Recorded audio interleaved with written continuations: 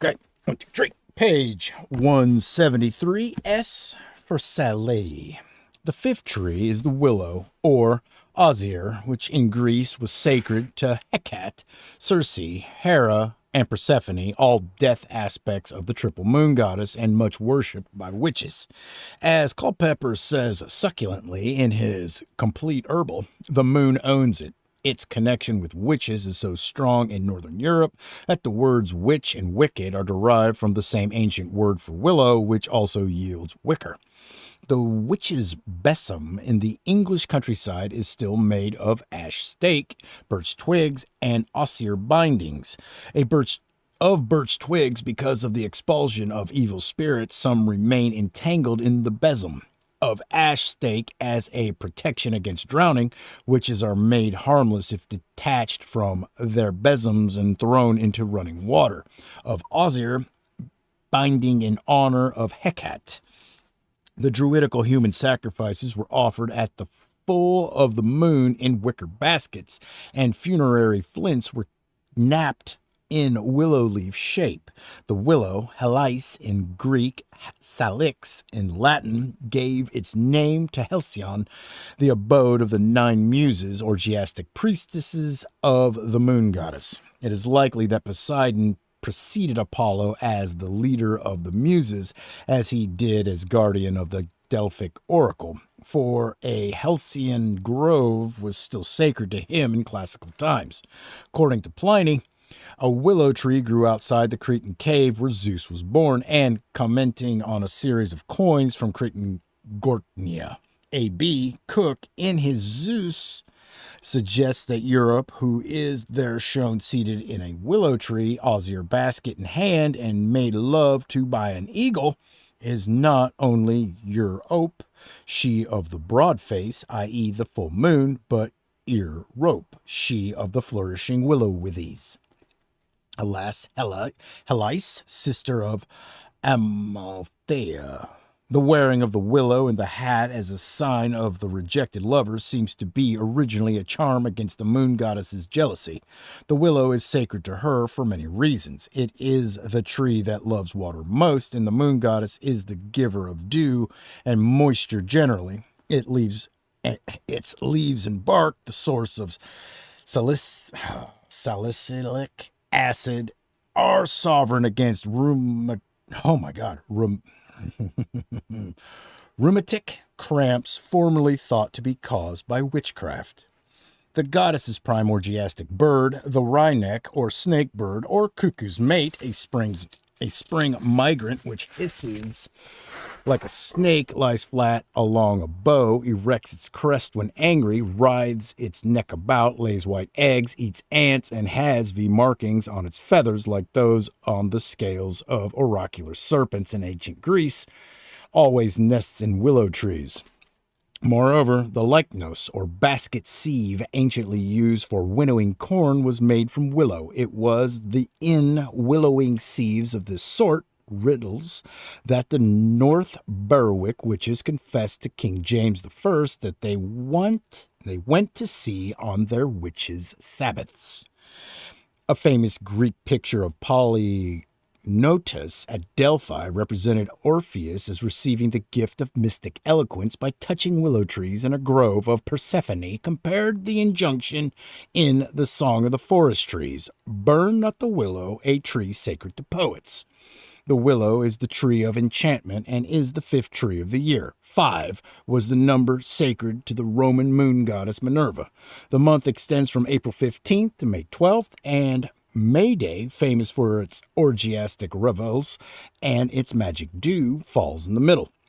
It is possible that the carrying of sallow willow branches on Palm Sunday, a variable feast which usually falls early in April, is a custom that properly belongs to the beginning of the willow month.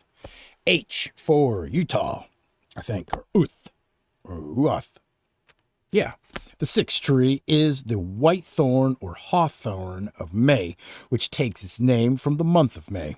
It is, in general, an unlucky tree, and the name under which it appears in the Irish Brehorn laws, skeith, is apparently connected with the Indo-Germanic root skeith or sketh, meaning harm, from which derived the English scath and the Greek askeths, scatheless.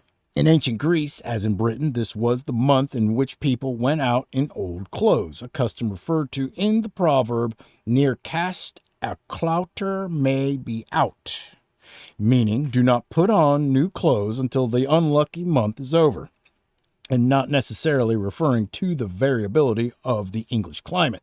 The proverb is, in fact, also current in northeastern Spain, where, in general, settled hot weather has come by Easter. They also abstain from sexual intercourse, a custom which explains May as an unlucky month for marriage. In Greece and Rome, May was the month in which the temples were swept out and the images of gods washed, the month of preparation for the midsummer festival. The Greek goddess Maya, though she is represented in English poetry as ever fair and young, took her name from Maya, grandmother. She was a malevolent bedlam whose son Hermes conducted souls to hell. She was in fact the white goddess who, under the name of Cardea, as has been noticed, cast spells with the hawthorn. The Greeks propitiated her at marriage being considered hateful to the goddess, with 5 torches of hawthorn wood and with hawthorn blossom before the unlucky month began. Plutarch, in his Roman Questions, asks, why do not the Romans marry in the month of May? And answers correctly, is not the reason that in this month they perform the greatest of purification ceremonies. He explains that this was the month in which puppets called I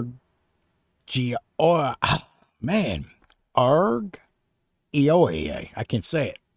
White men were thrown into the river as an offering to Saturn. Ovid, in his Fasti, tells of an oracle given him by the priestess of Jupiter about the marriage of his daughter.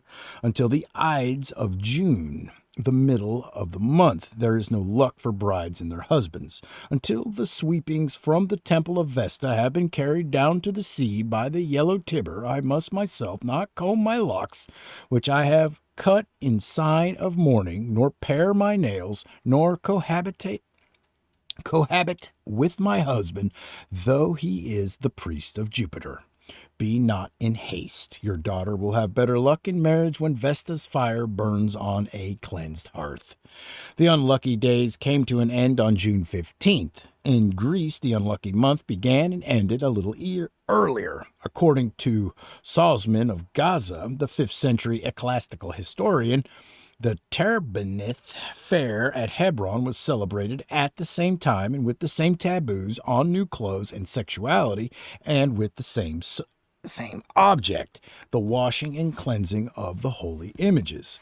In Welsh mythology, the hawthorn appears as the malevolent chief of the giants, Ysbydden Pencawr, the father of Olwen, she of the white track, another name of the white goddess in the romance of Kilwich and Olwen. Kilwich was so called because he was found in a swine's burrow. Giant Hawthorne puts all possible obstacles in the way of Kilwich's marriage to Olwen and demands a dowry of 13 treasures, all apparently impossible to secure. The giant lived in a castle guarded by 9 porters and 9 watchdogs, proof of the strength of the taboo against marriage in the Hawthorn month. The destruction of an ancient hawthorn tree is in Ireland attended with the greatest peril. 2 19th century instances are quoted in E. M. Hull's Folklore of the British Isles. The effect is the death of one's cattle and children and loss of all one's money. In his well-documented study, Historic Thorn Trees in the British Isles, Mr. Vaughan Cornish writes of the sacred hawthorns growing over wells in Godelic provinces. He quotes the case of St. Patrick Thorn at Tinhaley in County Wicklow. Devotees attended on the 4th of May. Rounds were duly made about the well and shreds torn off their garments and hung on the thorn. He adds, "This is St. Monica's Day, but I do not know of any association. Plainly, since St. Monica's Day, New Style, corresponds with May 15th, Old Style. This was a ceremony in honor of the Hawthorn month, which had just begun. The rags were torn from the devotees' clothes as a sign of mourning and propitiation. The hawthorn, then, is the tree of enforced chastity. The month begins on May 13th, when the May is first in flower, and ends on June 9th. The ascetic use of the thorn, which corresponds with the cult of the goddess Cardia, must, however, be distinguished from its later orgiastic use, which corresponds with the cult of the goddess Flora, and which accounts for the English medieval habit of riding out on May morning to pluck flowering hawthorn boughs and dance around the maypole. Hawthorn blossom has, for many men, a strong scent of female sexuality, which is why the Turks use a flowering branch as an erotic symbol. Mr. Cornish proves that this flora cult was introduced into the British Isles in the late 1st century BC by the second Belgic invaders. Further, that the Glastonbury thorn, which flowered on Old Christmas Day, January 5th, New Style, and was cut down by the Puritans at the Revolution, was a sport of the common hawthorn. The monks of Glastonbury perpetuated it and sanctified it with an improving tale about Joseph of Arimathea's staff and the crown of thorns as a means of discouraging the orgiastic use of hawthorn blossom, which normally did not appear until May Day, Old Style. It is likely that old bush, which had grown on the site of St. David's Cathedral, was an orgiastic hawthorn, for this would account for the legend of David's mysterious birth.